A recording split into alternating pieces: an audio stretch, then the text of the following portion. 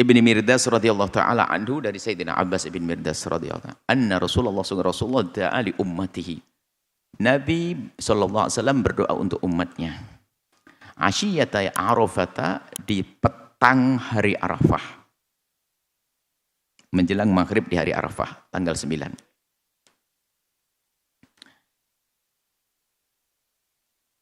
Berdoanya bil maghfirati, minta pengampunan untuk umatnya. Ya Allah, ampuni umatku, ampuni umatku, ampuni umatku. Sehingga dia dikatakan hari Arafah hari pengampunan, karena doa Nabi dikabul. Kita semua diampuni ya. Sampai ada diampuni semua yang ada di sana. Oh, wajib. Sehingga dalam kisah selanjutnya kalau ada, waktu Nabi mengatakan Allah telah ampuni semuanya, kemudian Sayyidina Umar berkata, lana wa liman ja'a ba'dana, untuk kita atau untuk orang yang semuanya. Nabi jawab, lakum wa liman ja'a ba'dana, untuk kalian dan semua orang yang datang setelah itu. Artinya bukan saja yang diampuni orang yang ada pada zaman Nabi yang wukuf di Arafah, akan tapi siapapun yang datang setelahnya. Kemudian ada pertanyaan, yang di rumah bagaimana? Saudaraku yang bisa haji dan umrah dapat apa mereka? Akhirnya dijawab, man shoma yauma arafata ghufira lahu ma taqaddama min, yang puasa di hari Arafah akan dapat pengampunan. Yang di rumah makanya kalau yang lagi wukuf nggak perlu puasa, cukup banyak berdoa. Bahkan puasa tidak sunnah di sana, tidak dianjurkan. Baru yang di luar kayak kita yang tidak sempat haji, maka kita berpuasa. Dengan itu kita mendapatkan pengampunan dari Allah Subhanahu wa taala. Dapat semuanya. Yang bisa haji bisa mendapatkan pengampunan karena wukuf di Arafah. Yang tidak haji berpuasa Arafah mendapatkan pengampunan. Indah Allah Maha Pengampun. Qala ay rabbi, ya rabbi. In syi'ta, inni fa ujiba. Kemudian dikabul doanya Nabi Muhammad, minta pengampunan. Inni ghafartu lahum, aku telah ampuni mereka. Aku ampuni mereka atas doa Nabi. Wala sawfa yu'tika fatardu. Kalau Nabi yang minta, Allah akan kasih. Aku telah ampuni mereka. Khala al-madhalim, kecuali dosa berbuat zalim kepada orang lain. Usr. Kecuali dosa berbuat zalim kepada orang. Ini hanya dosa antara dia dengan Allah, diampuni. Dosa apapun selain, asalkan bukan menyekutukan Allah. Tentunya bukan niat mau bermaksiat lagi. Misalnya, kalau niat bermaksiat lagi, ya nggak diampuni, dia main-main. Contohnya apa? Wah, saya berdosa sekarang nggak apa-apa. Anda mau haji, wukuf di Arafah, Anda pulang, dosa lagi. Ini kurang ajar namanya. Nah, ini nggak diampuni orang begitu, karena belum diampuni saja sudah niat lagi. Dan mungkin dia salah paham. Wah, enak ya. Nanti pokoknya kita nabung deh buat haji. Nanti di Arafah beres, pulang, dosa lagi. Depannya Arafah lagi dihapus. Enggak, belum diampuni sudah niat. Itu namanya kurang ajar kepada Allah. Kurang ajar kepada Allah. Kekurang ajaran itu yang bikin dia dosanya. Allah ampuni kecuali berbuat zalim kepada sesama. Fa ini akhidun lil madrumi minadh zalim. Untuk yang masalah kezaliman, aku akan ambil. Dari yang berbuat zalim, kebaikan yang berbuat zalim, aku ambil, aku berikan kepada yang dizalimi. Berarti yang berbuat zalim tersiksa memang di hari kiamat nanti. Kenapa? Di saat Allah memberikan pengampunan, ternyata yang berbuat zalim kepada sesama tidak diampuni sampai yang dizalimi itu memaafkan atau diambil dari dosa-dosanya, diambil dari pahalanya. Sampai gambarnya begini. Atadruna manil muflis, kan pertanyaan, apakah kamu tahu siapakah orang bangkrut? Dijawab ya, orang bangkrut itu adalah, kata Nabi, sahabat Nabi tidak tahu. Allah wa Rasuluhu alam. Allah dan Rasulnya lebih tahu ya Rasulullah. Orang bangkrut, ya kita semuanya tahu bangkrut itu dagang, bisnis nggak beruntung. Itu kan bangkrut. Dagang, kita berbisnis nggak beruntung, itu bangkrut. Tapi bukan itu yang dimaksud Nabi. Orang yang ya'ti yaumal qiyamati bisakatin wa sholatin wa siyamin. Orang yang datang di hari kiamat dengan ibadah yang banyak. Ibadahnya banyak. Ibadah. Tapi dia punya kezaliman banyak. Wa qad daraba hadza wa syatama hadza wa akhadha mala hadza wa qadhafa hadza. Jadi kerjanya nuduh orang zina, ngatain pezina, menggunjing, mukul orang, banyak. Ini orang bangkrut. Kenapa? Biarpun dia katanya ibadahnya bagus, orang yang digunjing, orang yang didolimi ini, dia nggak terima. maka akan diambillah dari kebaikan orang yang berbuat zalim, diambil kebaikannya. Setelah diambil kebaikannya, diberikan kepada yang didolimi. Jadi yang didolimi diganti. Makanya kalau Anda didolimi oleh seseorang itu, sebetulnya Anda mendapatkan pahala cuma-cuma. Pahalanya dia untuk Anda. Makanya jangan gampang reaksi-reaksi yang amat lah. Kalau reaksi Anda malah nggak dari pahala nanti. Anda didolimi seorang, Anda membalasnya lebih serem lagi. Wah, kacau. Sudah nggak dapat pahala, dapat dosa juga. Kalau kita diam, ditabung nanti di akhirat. Akan jadi pahala. Jadi pahalanya orang yang berbuat zalim pada kita akan diberikan kepada kita. Sampai habis. Kok belum utangnya terlalu gede? Kalau sudah habis pahalanya dia, baru diambil dosa kita, ditumbangkan ke dia. Kemudian dilempar ke neraka dia. Makanya hati-hati jangan zalim kepada orang lain. Zalim pada istri, zalim pada suami, zalim pada saudara, kerabat, Masya Allah. Na'udzubillah. Zalim dengan karyawan. Zalim dengan Masya Allah, rakyat. Oh, serem. Zalim kepada satu orang saja beban berat, apalagi dua orang, apalagi satu kampung. Nah, di saat Nabi minta, fa ini akhidun lil madlumi minadh zalimi. Aku akan tuntut, aku akan ambil dari orang yang didolimi, dari orang yang berbuat zalim, aku ambil kebaikannya, aku berikan kepada yang didolimi. Kaulah Nabi Muhammad masih memohon, Rabbi, wahai Tuhanku, in syi'ta a'taital matlum al-jannata. Ya Allah, gimana? Mereka sudah datang ke tempat mulia ini, ya Allah. Jangan gara-gara berbuat salah dengan saudaranya lalu masuk neraka. Gimana ya Allah? Jika yang didolimi itu, biar gak marah dia. Yang didolimi itu kasih surga, biar gak nuntut lagi. Itu maksudnya. Kasih surga yang didolimi. Pasti kalau sudah kasih surga, gak akan menuntut lagi. Karena sudah dapat sesuatu yang besar. In syi'ta a'taital madlum al-jannata. Kalau engkau mau ya Allah, engkau maha kuasa. Beri kepada yang didolimi itu surga, biar nggak nuntut lagi dia. Dan yang berbuat zalim, ampunan, pengampunan. Falam yujab asyiyata arafata, nggak dijawab oleh Allah. Permohonan Nabi minta pengampunan dalam urusan kezaliman, maksudnya biarpun berzalim kepada sesama, ampuni ya Allah. Maksudnya begitu. Tadi kan dikatakan diampuni Allah kecuali yang berbuat zalim. Sampai yang berbuat zalim, ya Allah, mereka kan berdosa, umatmu, hambamu ya Allah, dan sekarang berada di tempat mulia, ampuni juga dia.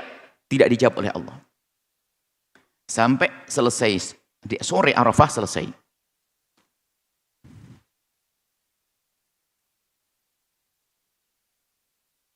Falamma asbaha bil Musdalifati. Waktu paginya di Musdalifah, biasanya kan rentetannya, bayangin Anda insya Allah nyampe ke sana. Habis Anda wukuf di Arafah itu, Anda berjalan menuju Mina lewat Musdalifah. Di saat menuju di Musdalifah itu ada beberapa tempat, ada tinggi dan rendah. Di saat ada beberapa tempat tinggi, malam itu malam indah. Di saat menjelang pagi itu, Masya Allah, putih semuanya. Karena orang laki-laki semuanya pakai baju ihram. Jadi dari atas itu kelihatan bergerak putih, luar biasa. Menuju ke Mina, mau melebar jumrah, sebagian pergi ke Makkah. Dan tidak semuanya pakai mobil. Lebih banyak pakai jalan kaki. Itu yang tampak indah. Di Muzdalifah mengambil batu untuk dilemparkan di jumrah Aqabah besok paginya. Lah ini falamma asbaha bil Muzdalifah, a'adat doa. Sampai di Muzdalifah doa lagi, ya Allah, termasuk yang berbuat zalim ampuni dong, ya ampuni ya Allah. Begitu cintanya Nabi. Fa ujiba ila mas'al, dikabul. Permintaan pohonan Nabi dikabul. Sehingga inilah pendapat, biarpun akhirnya dianggap sebagai pendapat lemah, bahwasanya biarpun dosa kepada sesama akan diampuni bagi orang yang meninggal. Kan ada cerita, orang yang meninggal waktu haji, termasuk umrah di dalamnya, dimasukkan, sebagian ulama masukkan. Orang yang meninggal waktu haji ihram, maka akan diampuni dosa-dosanya kepada Allah. Termasuk dosa kepada manusia diampuni berdasarkan riwayat-riwayat seperti ini. Cuma, nah ini kita harus tahu ini. Riwayat ini sebagaimana, sejauh mana kekuatan riwayat ini. Kita baca dulu. Faujiba ila mas'al, akhirnya dijawablah Nabi dengan permohonannya. Diampuni termasuk yang berbuat zalim. Qala, perawi berkata, fadhakika Rasulullah. Kemudian Nabi tersenyum. Di saat berdoa, tiba-tiba Nabi tersenyum. Tertawa Nabi, senyum. Au tabassama, tersenyum. Faqala lahu Abu Bakar wa Umar radhiyallahu anhuma. Selalu Sayyidina Abu Bakar, Sayyidina Umar bertanya, bi abi anta wa ummi. Ini gaya orang Arab dalam bertanya dengan serius. Sungguh, demi ayah dan ibuku, inna hadira sa'atun. Ini waktu. Ma kunta tadhaku fiha. Tidak selayaknya, tidak semestinya engkau tertawa. Karena ini waktu lagi munajat, lagi sendu, lagi mengadu dosa-dosa dan sebagainya. Mestinya waktu ini adalah waktu untuk bersedih, untuk mengadu dengan kekhusyuan. Tapi Nabi malah tersenyum. Ma'at hakak. Apa yang menjadikan kau tersenyum ya Rasulullah? Adhakallahu sinnak. Tanya, apa yang menjadikan engkau tersenyum ya Rasulullah? Semoga Allah menjadikan engkau bahagia ya Rasulullah. Adhasinnak, semoga gigimu tertawa. Maksudnya apa? Semoga engkau senang ya Rasulullah. Qala, bagi Nabi menjawab, inna aduwallah iblisa, musuh Allah iblis, lamma alima tatkala iblis itu tahu, anallaha qad istajaba, Allah telah mengkabul doaku tadi, wa ghafara li ummati, telah mengampuni umatku baik dosa kepada Allah atau dosa kepada sesama manusia.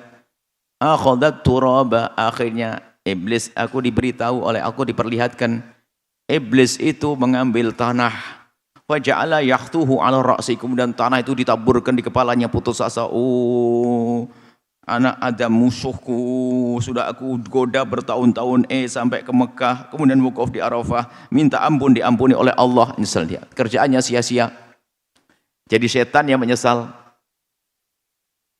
Qad istajaba du'ai, Allah telah mengabul doa maka pada menyesal itu iblis. Wa yad'u bil waili wat thuburi, lalu dia yad'u bil laili mendesah dengan penyesalan. Wa yad'u bukan berdoa, maksudnya apa? Berkata-kata kalimat yang menunjukkan penyesalan. Oh, celakanya aku, sial, mungkin sia-sia kerja aku, hanya nyaci dirinya sendiri. Bil waili wat thubur. Fatahagani, itu menjadikan aku tertawa. Kan umatku diampuni oleh Allah, kerjaanmu sia-sia selama ini hai iblis. Mara itu min jaz'ihi, aku tertawa itu karena lihat gelisahnya sang iblis, karena dia pertama selama ini senang bisa menggoda anak Adam, umatku, tak taunya umatku bisa ke Arafah dan diampuni oleh Allah. Wa fi riwayatin, ini bicara tentang cerita yang ada di dalam hadis ini. Nanti kita tambahkan apa pendapat para ulama tentang hadis ini. Kita lanjut dulu. Fi riwayat lain bunyinya bil maghfirati war rahmati. Jadi Allah, Nabi Muhammad minta kepada Allah bukan sekedar rahmat, tapi ada bil maghfirati. Riwayat lain ada pengampunan dan kasih sayang. Fa aktsarat du'a, ada Nabi banyak doa saat itu di Arafah. Banyak doa untuk pengampunan dan untuk rahmat. Doa agar Allah berikan pengampunan dan rahmat kepada umatnya. Wa qala fi riwayati, dalam riwayatnya, faqala ya Rabbi innaka qadirun ala an tuthiba hadzal madlum khairan min madlamatihi. Dalam riwayat lain doa Nabi bunyinya begini, ya Allah, ya Rabb, wahai Tuhanku. Ya Rabb, wahai Tuhanku.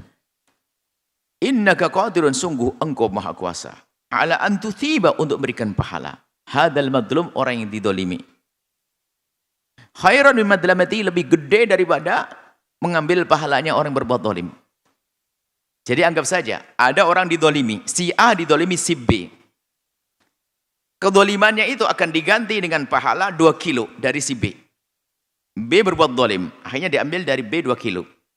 Gambarnya begitu. Lalu Nabi, ya Allah, engkau maha kuasa untuk memberi pahala kepada yang didolimi tanpa harus menghukum si yang dolim. Lebih dari 2 kilo, lebih besar dari itu. Engkau maha kuasa ya Allah untuk mengampuni, ampuni. Itu. Qala al-Baihaqi hadzal hadis, Imam Baihaqi mengatakan hadzal hadis lahu syawahid katsirah. Sebab para muhaddisin mengatakan hadis ini lemah. Hadis ini lemah. Nah, karena hadis ini lemah, makanya pendapat yang mengatakan bahwa dosa urusan dengan manusia juga diampuni, ini juga dianggap pendapat lemah karena sandarannya lemah. Kalau dosa kita dengan Allah beres. Di saat kita bisa melaksanakan haji, kalau orang meninggal dunia waktu haji, atau kalau melaksanakan ibadah haji, akan diampuni dosanya kepada Allah. Beres urusan Allah. Dengan manusia, ini yang di perbedaan para ulama menjelaskannya. Ada sebagian kecil, sekelumit mengatakan, termasuk dosa kepada manusia, atau tabi'iyat istilahnya. Termasuk dosa kepada manusia juga diampuni. Dosa manusia diampuni. Nah, itu pendapat dianggap sebagai pendapat yang tidak kuat. Tapi untuk menghibur kalau ada orang meninggal dunia dalam, mohon maaf, kalau masih hidup ya cepat minta maaf dong. Ini sehingga para ulama terbagi dua.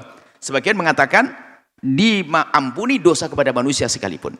Kemudian setelah itu dijelaskan lagi, dibedakan antara manusia yang berdosa kepada sesama itu masih hidup atau sudah meninggal dunia. Kalau meninggal dunia boleh kita husnudon. Dia pernah jahat kepada saudaranya, jahat sama temannya. Masya Allah kejahatannya. Mati waktu di Mekah waktu haji. Semoga Allah mengampuni. Ikut pendapat tadi. Karena apa? Dia sudah meninggal dunia. Yang masih hidup ya minta maaf. Kok repot banget? Minta maaf dong. Jangan enak-enak aja. Besok nyuri lagi. Besok kurang ajar lagi. Besok ngujen lagi. Minta maaf. Nah, yang jelas diampuninya dosa kepada sesama ini adalah pendapat lemah. Biarpun pendapat lemah untuk menghibur orang yang meninggal di saat di sana. Yang hidup jangan dikasih pendapat itu. Nanti seenaknya sendiri. Yang masih hidup, wah, nyuri aja besok saya enaknya ngambil. Sampai di sana kan diampuni Allah. Wah, bahaya ini. Dan ini hadisnya hadis yang dianggap lemah. Kemudian Imam Baihaqi menjelaskan, hadis ini lemah. Dzakarnaha fi kitabil ba'thi. Kami sebutkan di dalam kitab Ba'ts. Fa in sahha fa fihi al-hujjah. Kalau seandainya hadis ini benar, tentu ini jadi hujjah untuk mengatakan bahwa kalau orang naik haji, dosanya kepada sesama akan diampuni. Kalau betul itu hadis benar. Wa illam yashhad, wa illam yasih, kalau hadis itu tidak sahih, oke. Anggap saja tidak sahih. Husnudan, makanya itu jadi pendapat. Husnudan, fa yashhad lahu qauluhu ta'ala. Ada firman Allah yang menguatkan bahasanya Allah akan mengampuni. Wa yaghfiru ma duna dzalika liman yasha. Allah akan mengampuni semua dosa selagi tidak menyekutukan Allah. Maka dosa kepada sesama bukan menyekutukan Allah, maka dosa kepada sesama bisa diampuni. Wa dzulmu ba'dihim ba'dha duna syirki, dan dosa kepada sesama itu bukan syirik. Kemudian tadi kami simpulkan ini adalah berbicara tentang dalil dan bagaimana ulama memandang dalil. Adapun pada kesimpulannya tadi bahwasanya pendapat dikukuhkan oleh para ulama yang diampuni adalah hanya dosa kepada Allah saja. Adapun dosa kepada sesama manusia harus kita berusaha untuk minta maaf dengan benar. Berat dengan sama manusia. Kemudian mungkin ada orang meninggal di saat di sana, dihiburlah dengan pendapat lemah mengatakan bahwasanya termasuk dosa kepada sesama manusia juga diampuni. Berusaha meninggal ke orangnya. Mau gimana lagi? Dan memang ada bicara tentang kasih rahmat Allah, oke. Allah Maha Kasih. Akan tapi yang tidak diperkenankan menjadi mengentengkan dosa kepada sesama manusia. Dosa kepada sesama manusia berat di hadapan Allah Subhanahu wa taala. Wa Ibnu Abbas, dari Sayyidina Abdullah bin Abbas radhiyallahu taala anhuma, kana fulanun ritfa Rasulillah. Ada seseorang dibonceng Nabi. Allah, indahnya. Nabi pakai onta atau pakai kuda, dibonceng di belakangnya. Ritfa. Asik ya Allah. Ini siapa kalau bukan Sayyidina Anas atau yang lain? Orang-orang paling dekat Sayyidina Anas bin Malik dan Yaum Arafah. Atau Nabi ini sepertinya bukan Sayyidina Anas. Kalau Sayyidina Anas enggak ada. Berikut ini. Yaum Arafah wa ja'al al-fata, ada seorang dibonceng bagi Nabi SAW. Faja'al al-fata, lalu dia itu yang dibonceng Nabi yulahidun nisa. Di saat ada perempuan, melihat perempuan. Matanya itu ngikuti perempuan, lihat. Wa yundur ilaihi, nang lihat mereka. Mantengin begitu. Faqala lahu Rasulullah mengingatkan pada orang tersebut. Aina ibna akhi, wahai anak saudaraku. Maksudnya adalah, wahai, dengan bahasa kasih. Kalau seorang guru bilang nak, kayak anaknya, padahal bukan anaknya. Itu. Inna hadha yaumun, ini adalah hari dahsyat.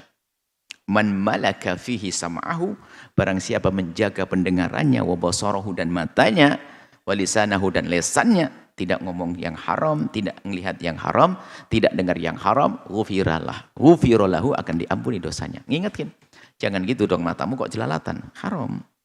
Jaga matamu dong.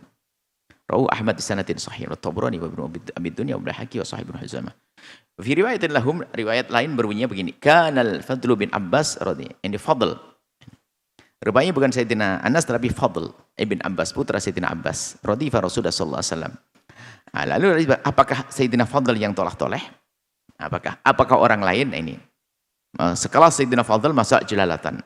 Allah bisa jadi hanya melihat sesaat, kemudian Nabi ingin mengingatkannya, bukan mantengin begini sampai. Dan banyak kisah dari sahabat Nabi menunjukkan kalau mereka manusia biasa untuk dijadikan oleh Allah sebab adanya perintah dan larangan. Ada suatu ketika ada seorang ngelihat perempuan sampai kejedot berdarah sampai gimana sampai kejedot berdarah ini? Ada sahabat Nabi dalam kisah itu. Ada saya ngelihat begitu sampai kejedot berdarah. Berarti memang ada zaman itu orang seperti itu. Cuman akhirnya diingatkan Nabi. Setelah diingatkan Nabi, Masya Allah, insyaf, selesai. Jadi banyak kejadian-kejadian pelaku-pelaku kesalahan pada zaman Nabi. Tapi orang jangan melihat kesalahannya lalu berkata, oh sahabat aja begitu kok. Bukan itu endingnya. Setelah itu diingatkan bagaimana? Itu loh. Langsung ngomong, sahabat aja sampai kejedot. Masa saya nggak boleh? Wah ini kurang ajar banget nih. Sampai sahadat lihat kejedot. Bukan itu, lihat setelah itu diingatkan bagaimana. Waktu itu mungkin menganggap itu bukan yang haram. Belum ada syariat bagaimana. Setelah diingatkan Nabi langsung berhenti, selesai. Tidak. Aku tidak mau lagi. Gitu. Wa akhraja Abu Syaikh fi kitab Ats-Tsawabi wal Baihaqi an al-Fadl ibn Abbas mukhtasaran bi lafzi man hafidha lisanahu wa sam'ahu. Nabi bersabda nasihati pada Fadl. Kepada Fadl bin Abbas. Man hafidha lisanahu, barang siapa menjaga lisannya, wa sam'ahu pendengarannya, wa basarahu dan matanya, yauma Arafah di hari Arafah ghufira lahu, akan diampuni min Arafata ila Arafata, dari Arafah maksud dari bulan haji ke bulan haji berikutnya. Bahasanya setahun diampuni dosanya. Menjaga mata. Subhanallah, memang saat-saat untuk berlatih di sana tuh. Godaan besar. Ya, godaan ada. Kadang-kadang tidak sadar kita mengamati kecantikan orang dan sebagainya. Apalagi bermacam-macam orang. Bermacam-macam orang. Dari bermacam-macam negeri. Dan mereka juga banyak orang awam. Sehingga biarpun sama-sama haji dan umrah, banyak orang yang teledor urusan auratnya dan sebagainya. Karena yang berangkat haji, biarpun dari kota Mekah, dari Saudi, dari yang lainnya, di sana juga banyak orang awam yang belum mengerti bagaimana nutup aurat. Mungkin sekali kita melihat aurat-aurat semacam itu. Baik. Riwayat an Ibnu Abbas dari Abdullah bin Abbas radhiyallahu anhu dari yang semoga Allah memberikan keridhaan kepada Sayyidina Abdullah dan ayahanda beliau Sayyidina Abbas bin Abdul Muttalib. Qala sami'tu Rasulullah, aku mendengar Rasulullah sallallahu alaihi wasallam yaqulu bersabda, "Lau ya'lamu ahlul jam'i." Kalau seandainya orang yang berkumpul, ahlul jam'i, orang yang berkumpul di Arafah ini faham, menyadari maksudnya. Biman halu.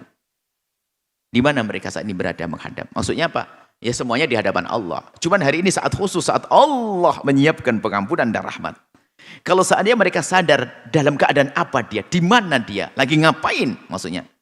Kalau ini ahli Arafah, menyadari keberadaannya dia, bahwa dia di tempat pengampunan Allah, di saat-saat pengampunan dan kasih sayang Allah.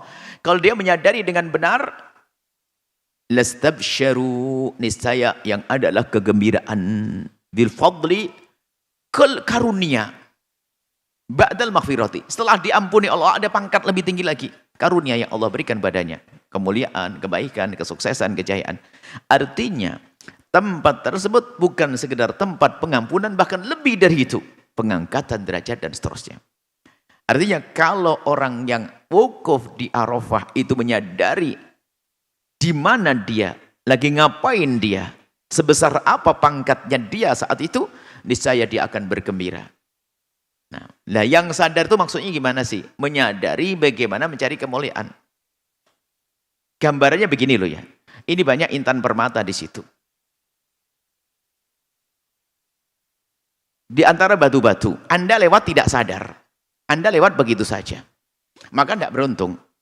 Yang beruntung adalah mengerti itu permata. Seolah sampai di sini hadisnya, oh enggak. Yang ngerti itu permata lalu berusaha mendapatkannya, kan gitu. Biarpun ngerti permata enggak ngambil, enggak dapat apa-apa. Ngerti itu hari pengampunan tapi tidak minta ampun kepada Allah, kan enggak ada gunanya. Ngerti ini permata, oh permata bagus, oh bagus ya banyaknya, gitu toh. Pulang kosong tangannya. Sama, ngerti Arafah hari pengampunan, hari kasih sayang dari Allah dan seterusnya, tatonya hanya maksiat jalan dan sebagainya. Nah, berarti sebenarnya dia tidak sadar. Kalau dia sadar tempat itu ada permatanya banyak dan dia perlu pasti mengambil dan boleh diambil, pasti mengambil. Mungkin Anda ngambil lagi. Pasti ngambil. Nah, begitulah kalau orang menyadari, maksudnya ini peringatan. Sadarlah bahwa di Arafah itu, semoga kita sampai ke Arafah semuanya. Sadarlah bahwa tempat itu adalah tempat Allah menurunkan pengampunannya, rahmatnya, dan karunia-Nya, al-fadl tadi. Sadari. Nah, kalau memang kita sadar, maka para ulama mengatakan dianjurkan di sana itu memperbanyak berdoa. Sehingga semuanya pada mojok di tempat yang berbeda-beda. Dengan keluarganya di tempat sana, tempat sini berdoa sampai derai air mata. Karena saat itu, saat Allah memberikan pengampunannya. Dan saat Allah memberikan karunia-Nya. Saat Allah memberikan rahmatnya. Rawahu Tabrani wa Haki. Sampai di sini insyaAllah. Kita lanjutkan pada pertemuan yang akan datang. Wallahu a'lam bissawab. Setelah Anda menyaksikan video ini, jangan lupa berselawat kepada baginda Nabi Muhammad sallallahu alaihi wa alihi wa sahbihi wasallam.